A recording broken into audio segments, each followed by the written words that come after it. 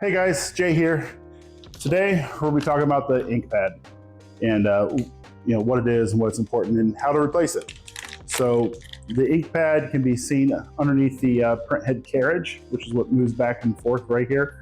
You can actually power down your machine, just slightly push this over, and you can see the ink pads here. If the tops of the rubber right here, sometimes they split or they just get pressed down, then the ink will stop loading into your print head.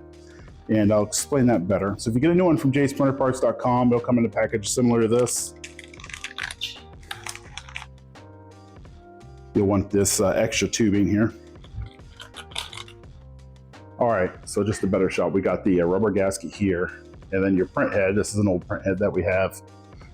This brass part here needs to sit perfectly center on top of this ink pad. If that doesn't do that, or if this gets worn or chipped, you may need to replace this if this is worn or chipped. But what happens is this makes a perfect seal, and the vacuum pump actually sits behind here, and it sucks ink down through the print head to get the print head to prime. So if we can't get that good seal, or this is split, it's like drinking Coca-Cola with a straw with a hole in it, and it will never prime, and it'll look like a dead head when it's just a simple ink tube. So I actually suggest replacing these about every 6 months or so. All right, let's get into it. All right, so you're gonna need a Phillips head screwdriver, pair of scissors. I suggest some safety glass things because if I wear glasses and I consider them safety glasses, so I go take it for granted. I suggest wearing glasses or goggles because when you cut tubing and stuff, ink can splash up into your eyes. And if you want, a pair of Neurotile gloves. Every machine's a little bit different. Where they connect is you need to find your waste tank and then follow the waste tank hose, which is right here. This is our waste tank and our waste tank hose, and we'll follow the waste tank, and then it'll give you a good indication of where the pump is that you need to connect to. So in this case, it's right here, just behind the print head loading dock there, capping station. Make sure your machine is powered off in the off position. Okay, so let's take these screws off.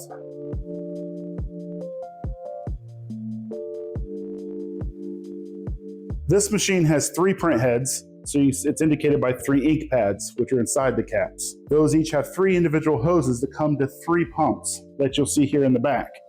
So we have these 3 pumps and these 3 hoses. The newer models will have indicators on the tubes. One will be red, one will be white, and one will have nothing. The red one indicates color, white indicates white, and the one nothing on would indicate your varnish clear. This is an older model that's now been discontinued, but I'm just showing you this with this model, so they're not indicated.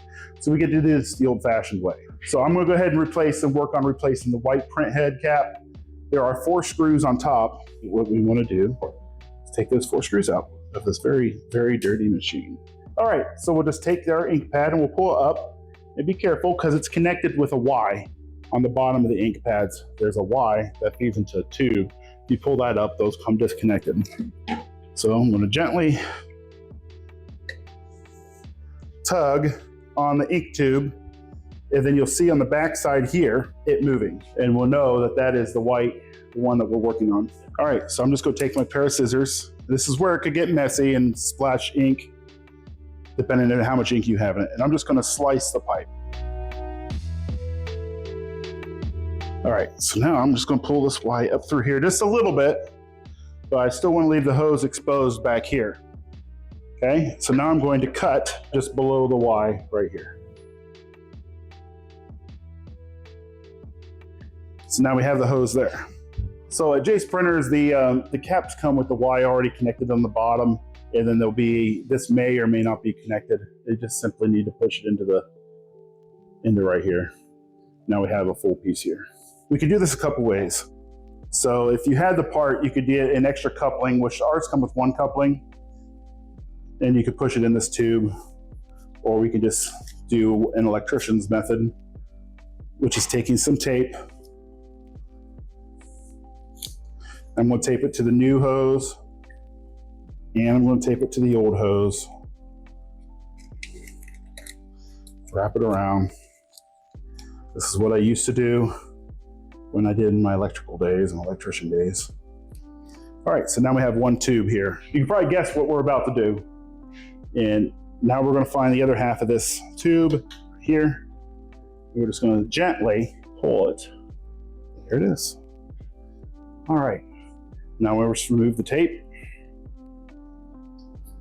So inside the InkPad, there should be a coupling. It's the ink tube coupling. Like I said, you should wear gloves. This is UV ink. You go wash my hands now. I should put on gloves. Now we're going to put this coupling inside the tube. And then inside the side that you cut off. Now, if you're replacing the pump at the same time, you'd replace the bolts, replace the pump, push this directly onto the new pump. But our pump's good, so we just cut the tube here, and we're going to coupling it right here. Like so. So now it's connected to the pump. All we have to do is refasten this up front. So make sure we're still connected down at the Y. You'll notice that the mounting plate, there's a circle and an oval shape.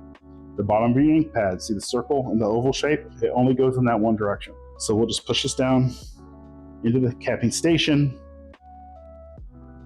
to where it will fall into those holes. Simply screw this back together. Okay, with that all connected, we'll button the printer back up and you should be loading and back off to working machine. Just remember the ink caps are extremely important to the machine. A bad ink cap will make it look like you have a bad print head and it'll drive you nuts. All right, I'm Jay. This is my to-do list. Thanks for stopping.